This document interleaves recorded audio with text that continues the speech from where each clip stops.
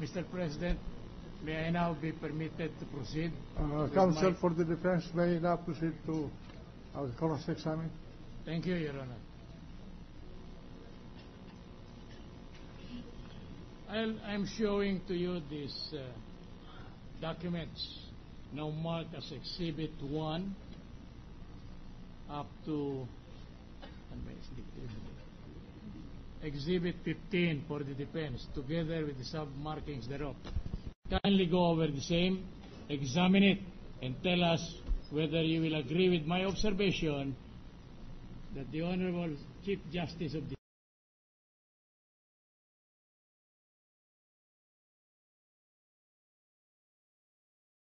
Objection, Your Honor. The compliance of the document is a conclusion. Moreover, the best evidence is the document itself. Sustained. We are on cross-examination, Your Honor, and the best evidence rule do not apply. I beg your pardon? We are on cross-examination. How will the best evidence? I beg your pardon? Well, these are public documents. Yes, Your Honor. Although private documents, there is no dispute about the authenticity of this document. Right. The question now I'm asking whether she agree with my assessment and examination of the evidence that there was compliance on the part of the respondent, Your Honor. All right. To avoid any wrangling, the question, the witness may answer. Thank you, Your Honor. Examine it muna.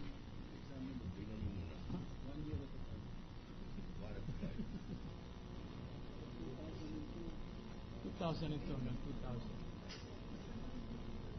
2000. If Your Honor, please, the private prosecutor, we put on record our continuing objection that the question asks for a legal conclusion which the witness cannot make. The question is whether she agreed with my assessment that...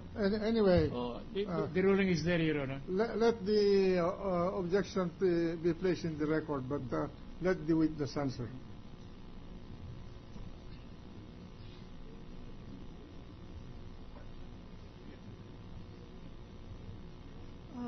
Your Honors, these statements of assets, liabilities, and net worth were duly filed with the Office of the Clerk of Court.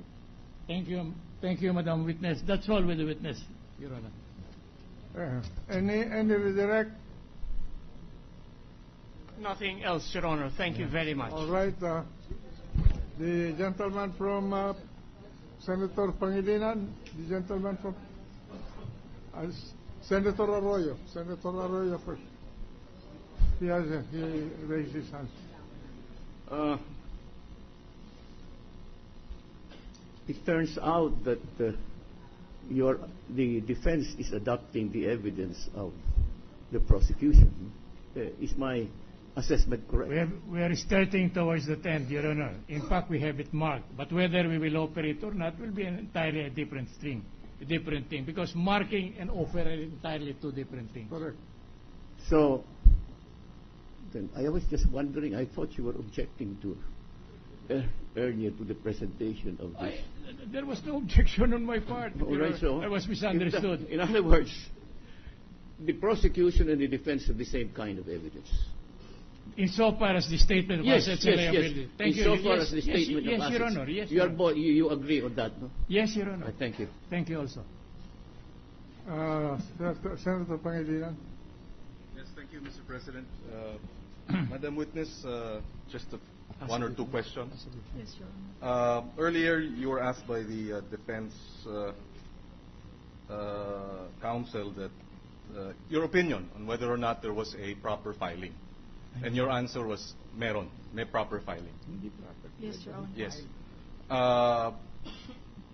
But the articles of impeachment provide for failure to disclose to the public. Would you say, based on your opinion, that there was public disclosure of this statement of assets and liabilities? Was there public disclosure? Yes or no? None, Your Honor. Thank you. The Senator from Sorsogon, Senator Escudero. Thank you, Mr. Senate President. Mr. Senate President, I was expecting the parties to actually ask questions along the same lines as Senator Pangilinan, because the article of impeachment, Article 2, says that the respondent failed to publicly disclose his SALN. May I ask, may nag-request na po ba na i-disclose yung SALN ni Chief Justice Corona sa inyong tanggapan? In general, When you say in general, lahat ng miyembro ng korte? lahat po ng miyembro ng korte. Kabilang si Chief Justice Corona? Opo. Nung siya'y Chief Justice na o Justice pa lamang? Nung siya ay justice pa lang po. Hanggang ngayon? Hanggang ngayon po. Nabanggit niyo po kanina, 10 na nag-request ng SALN. I don't remember the exact number, Your Honor. You mentioned in your testimony a while ago na mga 10, sabi niyo, yung Yes, dala niyong Your Honor. request. Thereabouts. May I ask, dun sa 10 yon, may ginrant na ba ang korte? None yet, Your Honor. Sang-ayon po sa May 2, 1989 Resolution and Bank ng Korte, bago po ako magpatuloy doon, sino po ba ang Chief Justice nung pinasa itong 1989 resolution na ito? Chief Justice Marcelo Fernan. Meron po bang justice ngayon na bahagi nung korteng yon nung pinasa itong resolusyon ito, o lahat nung nagpasa nito yung retirado na? Sa pagkakaalam ko po, retirado na po. Ngayon, nakalagay po dito na yung rason ng denial ay dapat ibigay. Hindi po ba? Opo. So lahat po na nag-request, dinenay.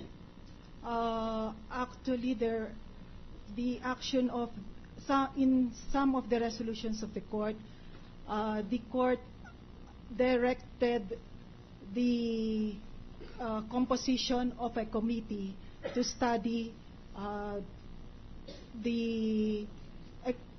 it created a committee to determine what can be disclosed.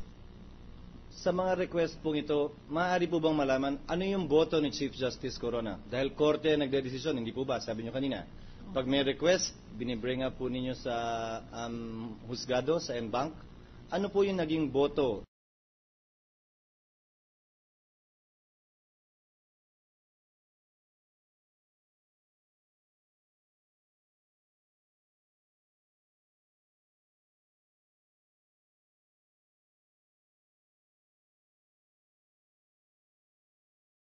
Kung sino-sino bumoto. Probably, Your Honor, or I may say it was unanimous. So yung buong korte. Opo. Huling tanong na lamang po, kagalang-galang na Pangulo. Kung gustong ilabas ng isang justice yung kanyang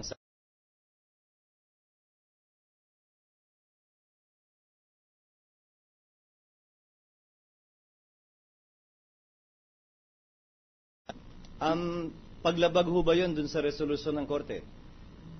I believe that they are all covered by the resolution. So if they want to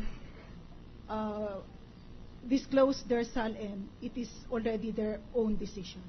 So pwede nilang gawin yun kung gusto nila nang hindi kailangan humingi ng permiso mula sa korte? I believe so. Thank you, Mr. President. Thank you, Madam Witness. If there's none, the Majority Floor Leader. No, Mr. President, I was just going to ask if there are other witnesses to be presented by the prosecution and if they are finished with the witness.